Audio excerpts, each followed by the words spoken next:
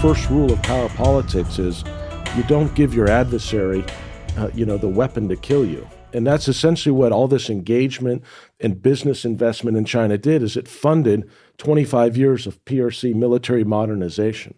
And so we also write about that in the book, the fact that, we funded the rise of the PRC. If you go back to 1990, they were less than 6% of the world's GDP, and today they're, 18 to 20%.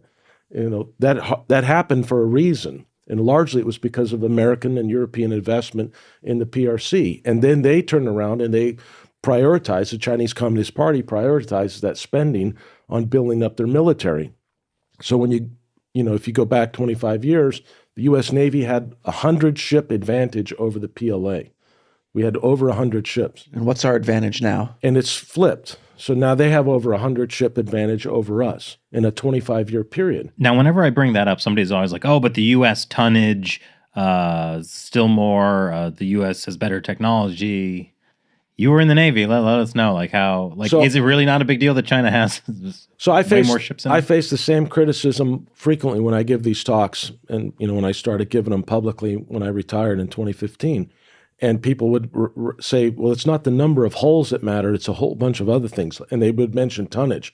Now they don't mention tonnage anymore because for the last decade, China's outproduced the United States Navy in tonnage. You saw there was a recently released leaked slide from the Office of Naval Intelligence that talked about naval shipyards and the capacity. And China has over 13 major naval shipyards. We have 7. One of theirs in Jiangnan, just out of Shanghai, is large as the R7. One of theirs is as large as all 7 of ours, and they have 232 times the capacity to build warships than we do. And they've been doing it.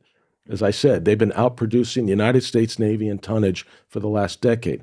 And then another metric that matters, the most important metric in my opinion, is the ability to sink other ships, or they call them battle force munitions or battle force missiles. And in that arena, the Chinese are beating us as well. They have longer range, supersonic anti-ship cruise missiles that we're just now starting to try to figure out how to get in our Navy.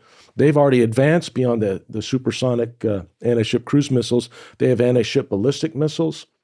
And that technology, we've watched the Chinese develop that technology over the last 20 years. And we've seen them actually in 2020 do a test at a moving target south of Hainan. It was successful. And for a ballistic missile? An anti-ship ballistic missile. Oh, wow. Yeah, they tested that. They just shot 2 DF-21Ds and 2 DF-26s in, I think it was October 2020. You have to check that date. I may be off by a month or two. And then what's more important that should be really connect the dots to you is just this last month in the Red Sea, the Houthis shot an anti-ship ballistic missile and hit a ship moving in the Suez or in the Red Sea. So the technology was developed and built and is now being proliferated by the PRC to even our proxy wars that they're engaging us in the Red Sea. Well, I mean, sure, China's got these new missiles that can sink U.S. ships, but the USS Gerald Ford has these new electromagnetic elevators that don't really work, but I mean, this is pretty good. They're cool though. The idea is cool. Yeah. So on that one, that's another area where it's not just capabilities. I mean, they have their new third carrier, the Fujian, and it has this electromagnetic aircraft launch system, EMALS.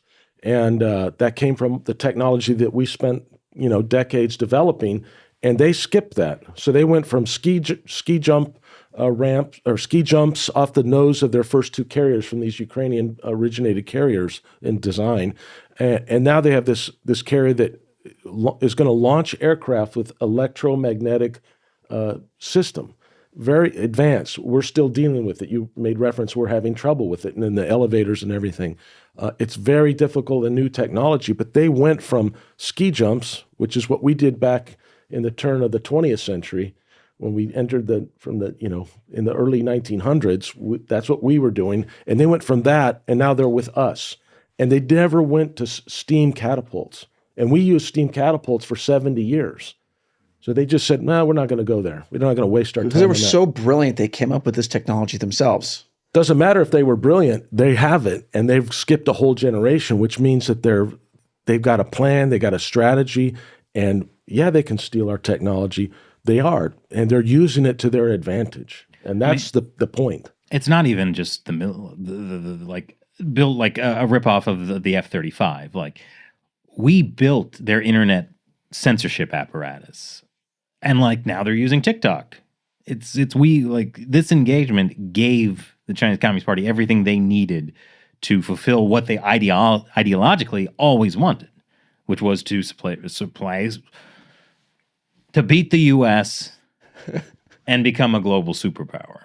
Exactly. And they've used it through every means, as you said, not just in the military, across the board, in diplomacy, in political warfare, in information warfare, in every facet of governance. They are taking what we've done and then making best of breed, adjusting and adapting for their purposes.